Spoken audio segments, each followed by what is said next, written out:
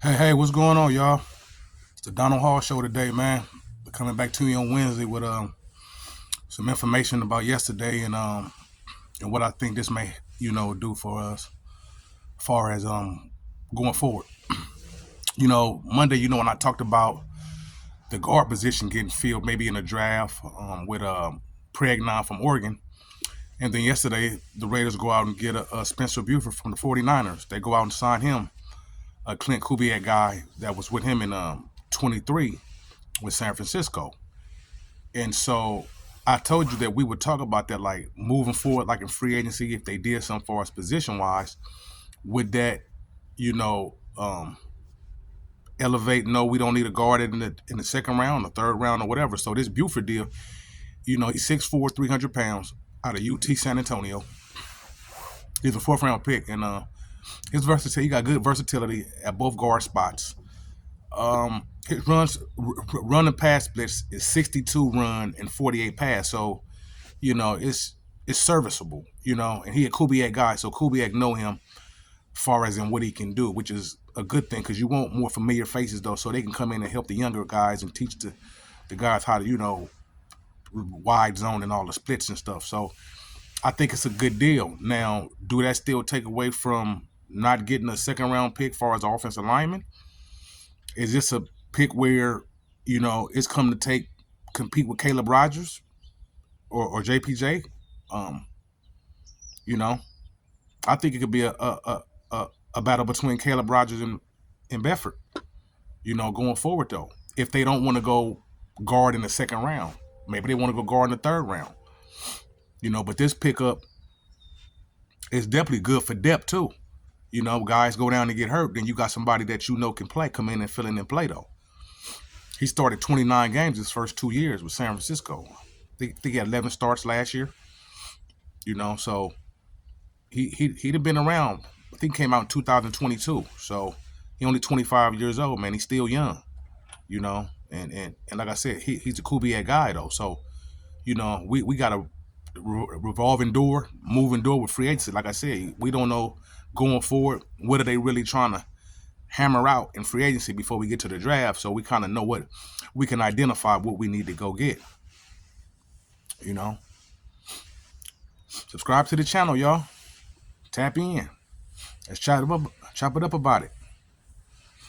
New head, come on now. Y'all put comments in the box. So we could talk about going forward how we need to handle this. But today I wanted to land on the wide receiver position, and we need a true X receiver. I don't think we solidified there yet. With Besh and Thornton and Tucker, we just got Naylor, who I really like. But we still need a number one. And Trey Tucker, he's okay, but he kind of small. And to me, he more of a straight line guy. He's an outside receiver. He's small like a slot, but he don't have good wiggle though, in and out. I like my slot receivers to have a wiggle, better get in and out of their breaks because you working in the middle of the field a lot of times though. He more of a straight line guy. So he more of like an outside receiver, but he's small though. And so, he's been serviceable, at best. But to me, he got great speed, but it's straight line, and we just need more help, man, at the wide receiver position, though. Even if we go up in the second round, like I said, though, Besh is unproven and Thornton is unproven. We just got Naylor, who I really like, who I think is underrated, who can play, who I really think is going to help us going forward. But we need a true X.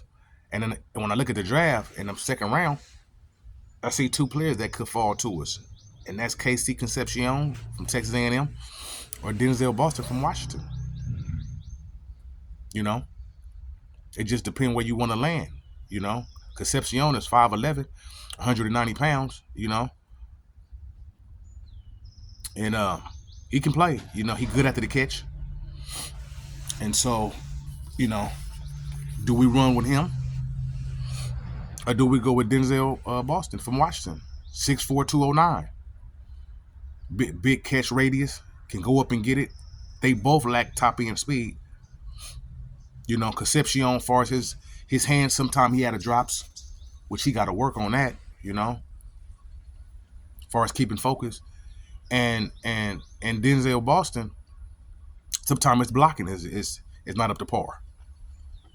And so they both bring different skill sets to the table. And so it's what do you like? Because they both can play, And I think with Mendoza, as I break his film down and look at him, how he play, at Indiana, as I watch, they ran a lot of RPOs there, the run pass option. And his back shoulder was excellent. So Mendoza can throw you open, kind of like you don't have to be open for him to throw it to you, I mean, think about it. A lot of his receivers was 2-star recruits, Surratt and Charlie Becker and Omar Cooper Jr., they wasn't 5-star recruits like that, so they not getting great separation anyway, because they not the greatest. They wasn't the greatest prospects coming out anyway, as far as in college though. That's what made it so great for Indiana to win it though, because they took a lot of two-star recruits, man, and did their thing. So you got to look at what we got in Mendoza and be intentional on what we trying to do.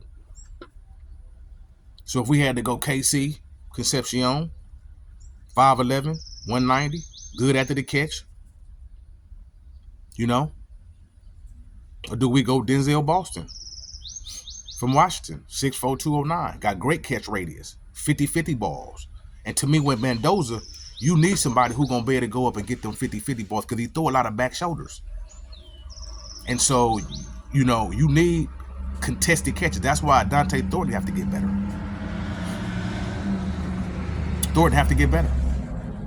Because his contested balls, I didn't see that last year, even when they was throwing it to him early. Got to be able to come down that with Mendoza because he could throw you open. A lot of times people won't throw it if you're not wide open. And in the NFL, you don't know how much separation you're going to get. Everybody is elite. So you gotta be on point. And so the Raiders got to be real intentional on if they draft a wide receiver, do they fit in what Mendoza's skill set is? It got to match. This can't be we just going to get any wide receiver. That's not going to help us. Intentional. Everything got to be intentional. We're trying to formulate a team right now. So everything must be intentional on how we manifest all this. So I'm saying if we got to go wide, because we going to need another wide, to open it up for Bowers and Genty and Naylor, so we can make something happen though. Open up the field. But you gotta fit that in with Mendoza. You gotta look at who you got and work around that. If the guys can't do 50-50 balls, then, because he throw the back shoulder great. I mean, you look at Charlie Becker and Surratt, they killed in that. Omar with run RPOs though, blocking and over the middle.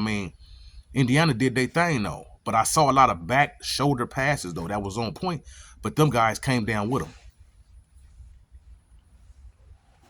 Tell me what y'all think, y'all.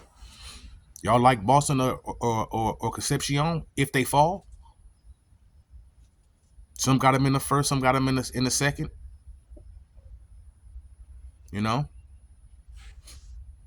Subscribe to the channel, y'all. Tap in with me, man. Come holler at me. Let's chop it up about it.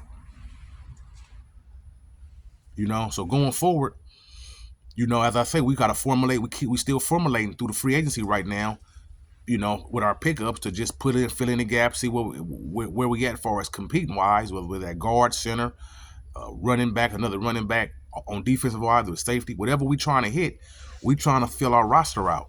So as we go through the draft, we got less red marks, so we can be intentional on what we trying to do and get. You know what I'm saying? So that's what I believe. If I had to get one of them, I'm going at the Denzel Boston because he's 6'4", 209 with a great catch radius. Good in 50-50 balls. Even though Concepcion is great after the run, they both don't lack. They both lack elite speed. So the separation with Denzel Boston is not great either. But you look at the way Surratt and them played, and Charlie Becker and Omar Cooper Jr. wasn't a lot of separation with them, but they still killed. So I'm taking Denzel Boston if I had to take one of the two. You know. So yeah, man, I just wanted to get on and holler and you know, tell you how I feel about what's going on today as we speak today. You know, and how they got to try to maneuver though as we keep going through day by day, as far as with personnel and the people that they getting as we get about a month before the draft. Still trying to fill a roster out. And so, you know, y'all holler at me in the comments, man, so we can talk about it, man. You know, but I want y'all to go to silveragetees, man, .com. silveragetees.com. And also go to Heavy Threads. Heavy Threads, man. Apparel. They got t-shirts, sweatshirts, sweatsuits, hats, everything, man. You know, jump on both sites, man. Check them out, man. They got some good stuff on there. silveragetees.com and Heavy Threads. Okay, I'll see y'all in a minute. Gone.